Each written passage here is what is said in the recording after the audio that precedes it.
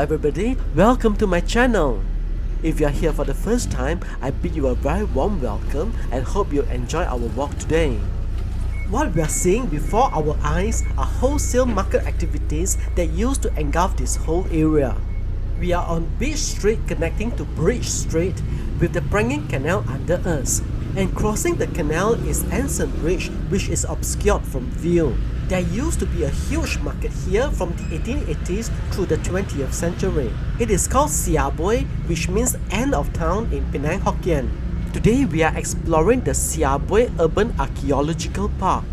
It is a public park as well as important archaeological site in the heart of Georgetown, Penang. But before I go any further, let me first give you our starting point coordinates. You can key these coordinates into your GPS, Google Maps or Waze and use this video as your virtual tour guide. In front of us is Prangin Road, also called Jalan Dr. Lim Chui Leong today. It forms the northern border of Siā-bóe and was once the limits of early Georgetown. It was where country folks met townsfolk to trade, and from there a market emerged. This is the remains of an old police barrack that stood here in the late 19th century. Excavation was carried out by the Centre for Global Archaeological Research of University Science Malaysia in partnership with Penang Development Corporation.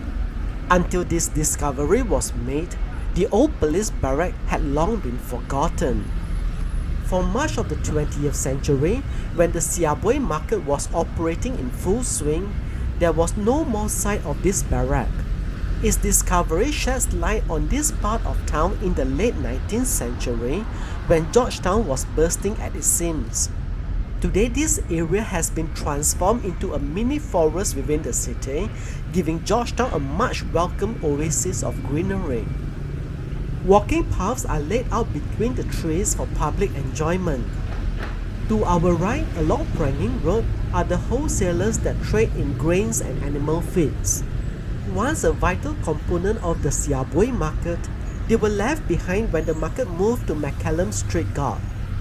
In front of us, still standing and now completely restored, is the old Sia-bóe market building. This structure dates to the 1870s. It offers us a glimpse into market architecture from way back then. Let's go in and walk right through it. Do you know, the Chaurasta market on Penang Road used to look like this in one of its early incarnations.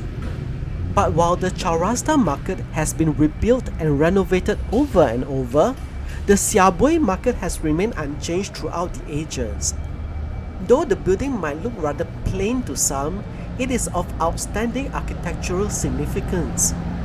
Like a 19th century Lego set, it was prefabricated by the British company Taiji, which also made the famous British red post boxes. This is one of the few remaining handy-set prefabricated market halls still standing today. No other market building in Penang looks like this. This is the oldest and last of its kind. The market itself was not confined to the building. It spilled into the surroundings with auxiliary trades such as the making of belacan and salted fish happening in the side roads. The present Siā-bóe site covers 5.45 acres. It is bounded by Prangin Road, Beach Street, Bridge Street, Magazine Road and the now extended Carnarvon Street. Two more roads once ran through the area, namely Teck Soon Street and Maxwell Road, but have since been expunged. We are now approaching the intersection of Prangin Road with Carnarvon Street. The Siā-bóe market used to start from here and continue to Prangin Road Ghaut, which was known in Penang Hokkien as Ang Teng Kak. In front of us is Prangin Mall, a shopping mall named after the Prangin Canal. It is on the south side of the canal, along the now expunged Maxwell Road. In the days before Comtown was built, the Prangin Road bus terminal was here. It served as the main bus interchange for Penang Island. This interpretive board provides details of the Siā-bóe rejuvenation project. Feel free to pause the video to read it. On this side is the map of the Siā-bóe Urban Archaeological Park. You can see that a future LRT station has been planned beside Magazine Road. Originally, the station was planned to be beside Prangin Road, which means the Siā-bóe market building would have to make way for it. As the public was not enthusiastic of that idea, the station was resited to Magazine Road. And here on this site, we see the historic Prangin Canal. This canal has been here for over 200 years. It is the canalization of the Prangin River that flowed through the area which was once mangrove and wetlands. In the old days, the area was called Lam Chana, meaning soggy rice fields, a name still used for Carnarvon Street. Today we can see fish in the canal. These are bred, of course. To bring the canal to this present state, a bypass was built to divert filthy water that would otherwise enter it. Before the revitalization project, the canal has become a smelly, stagnant ditch. It was dislodged and drained, an operation akin to emptying your swimming pool. Archaeologists were able to salvage artifacts that provide insights into the history of this part of Georgetown. We are now walking along a segment that is 220 meters in length. It dates back to 1804. It was built of granite with a timber foundation. The original width was between 50 to 80 feet. It was sufficiently deep for prahus and sampans to enter. As such, it became a conduit for the movement of goods, in particular farm produce, and that enabled a market to form along its banks. For over 100 years, the Prangin Canal was more than just a waterway. It demarcated the boundary between town and countryside. Eventually, a Chinese settlement formed on the opposite bank of the canal. As far as the Hokkien-speaking Chinese in Penang were concerned, the canal is a river, so they referred to it as Gang. Therefore, the village across the canal was simply called Kuei Kanga, meaning across the river.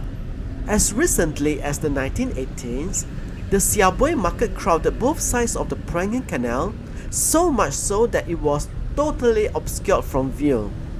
Since then, all the sheds and stalls have been stripped away, leaving only the Siā-bóe market building as the sole reminder that a market existed here. We have arrived at another archaeological site. This is Site A, which dates back to the late 18th century. It offers a glimmer into a time that possibly predates the Siā-bóe market, when this area was being converted from mangrove to rice fields. Let me climb down to show you what we have here. The granite wall in front of us was uncovered following excavation of this area. Pieces of timber was also discovered and were taken for radiocarbon dating. The timber was found to be mangrove wood such as the nibong, which grows in swampy areas. This wall is a canal lock. It serves to control the amount of water that flows out of the canal, most likely for the irrigation of rice fields. It reminds us once again that there is good reason why this area was called Lam Chana, or soggy rice fields. It is understandable that in the earliest days of the settlement, rice fields would be in close proximity to Georgetown. But as the town expands, the rice fields move further and further away. And in present-day Penang Island, you will only be able to find rice fields in Balik Pulau, as shown in my previous week's video. I will put a link to that video in the description. When the Siā-bóe area was rejuvenated, a decision was taken to retain some of the trees that are already growing there. One of them is this huge banyan tree, retained to give the landscape aesthetic appeal. The footpath was deliberately laid to slither between the lianas. The purpose is for urban folks to find respite from the heat under the dappled sunlight of the dense canopy.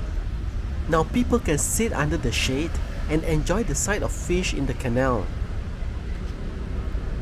While cynics may dismiss this effort as turning the canal into a fish pond, every move forward should be laudable, even if it is an inch at a time. It is true that the filthy water that once drained into Prangin Canal is now channeled elsewhere, out of sight and mind. To keep the rivers and canals of Penang clean, requires not only the local authorities but also the people. A playground is placed here to attract families with children to make Georgetown a more livable city. It's almost hard to imagine that just a few decades ago, this area was where you will find fish being salted, laid out and sunned. That is now replaced come evening with the sound of children's laughter and little feet running around. In future, an LRT station will be built here, as will an interpretive gallery that provides visitors with an insight into the history of Siā-bóe and the Prangin Canal. And so my friend, our walk has come to its end. Thank you for joining me to explore Siā-bóe and the Prangin Canal. If you've enjoyed the walk, please give this video a like, as it will help the algorithm share it to more people. And subscribe to my channel for more walks like this. Look out for another video next week. Until we meet again, thanks for watching.